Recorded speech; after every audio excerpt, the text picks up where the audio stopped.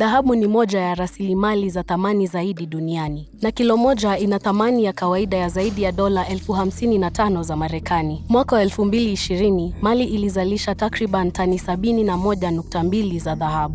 Lakini Mali ilipata tu dola milioni 850 kutoka dhahabu mwaka wa 2020, wakati kiasi hicho kinastahili mabilioni, bila kutaja kwamba nchi hiyo ilizalisha zaidi ya tani 71.2 zilizoripotiwa. Hiyo si maajabu.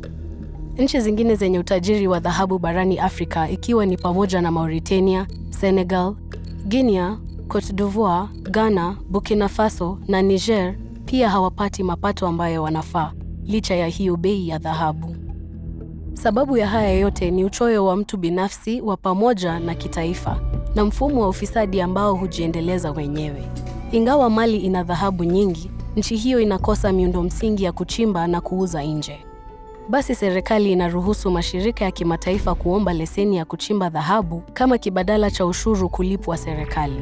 Ushuru huu unapaswa kinadharia kulipia maendeleo kama kujenga miundo msingi ya uchimbaji dhahabu, kuboresha uchumi na kuwapa raia bidhaa za umma kama huduma ya afya na elimu.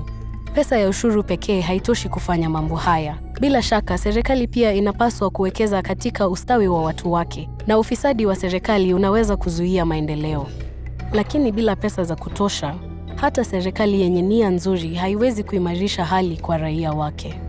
Mashirika ya kigeni yanatumia vibaya hitaji la Mali la mapato ya ushuru ili serikali kutia sahihi mikataba isiyofaa ila ya kisheria. Mfano, mkataba mmoja kama huo ulisema kwamba hakuna ushuru wa kampuni ungedaiwa kwa miaka 5 ya kwanza na kugharimu Mali mamilioni ya ushuru. Vilevile, leseni za madini wakati mwingine huruhusu mashirika haya kupeleka sampuli za dhahabu nje ya nchi bila kusajili au kulipa ushuru. Hii inapaswa kuwa kiasi kidogo cha dhahabu inayotumika kupima ubora, lakini leseni haidhibiti ukubwa wa sampuli. Hilo linaunda mwanya kwa mashirika kusafirisha kiasi kikubwa cha dhahabu bila kulipa ushuru wowote.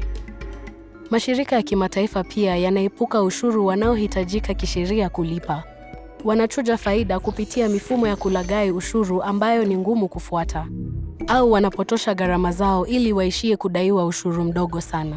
Kwa mfano, shirika moja nchini Mali hutumia ruzuku nchini Ireland kusimamia shughuli zake za kampuni nyingine nchini Uholanzi ili kuipa leseni jina lake la chapa.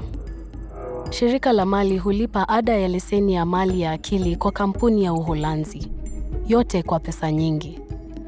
Gharama hizi hutolewa kutoka kwa faida ya jumla, na kuacha kiasi hicho kitolewe ushuru kwa kiwango cha chini. Kampuni hizi pia hununua dhahabu ya magendo. Wachimbaji wa kienyeji hufanya kazi bila leseni, basi serikali haijui kiasi cha dhahabu iliyochimbwa. Mashirika hununua dhahabu kwa wachimbaji hawa na kuepuka gharama ya kuichimba wenyewe na kuwalipa wachimbaji chini ya bei ya soko. Halafu wanageuka na kuiambia serikali walipata gharama kubwa za kuchimba dhahabu ilhali hawakuchimba kamwe. Hakuna njia kwa mamlaka ya mapato ya Mali kudhibitisha hilo, na kusababisha nchi kupoteza pesa zaidi za ushuru. Vilevile, mashirika hulipa maafisa fisadi wa serikali wawasaidie kupitisha dhahabu mipakani, haswa kwenda United Arab Emirates badala ya kufanya kazi kupitia njia za kisheria.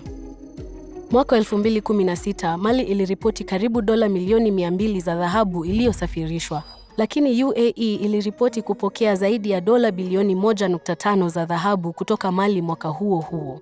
Kisha dhahabu hiyo inauzwa Ulaya, Marekani na Asia kutoka UAE bila maswali yaliyoulizwa juu ya asili yake. Mitindo kama hiyo inafanyika katika nchi zenye utajiri wa dhahabu kote Afrika, ikionyesha kuwa upitishaji wa magendo wa dhahabu unafanyika kwa kiwango kikubwa bila kutozwa ushuru.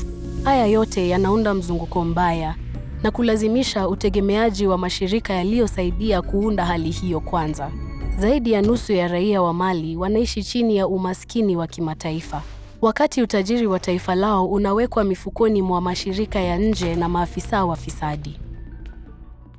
Je, uko tayari kuendelea kujifunza? Tazama video hizi ili kupima kile unachofikiri unajua, au ujifunze zaidi kuhusu usichokijua. Jisajili na uwe na hamu.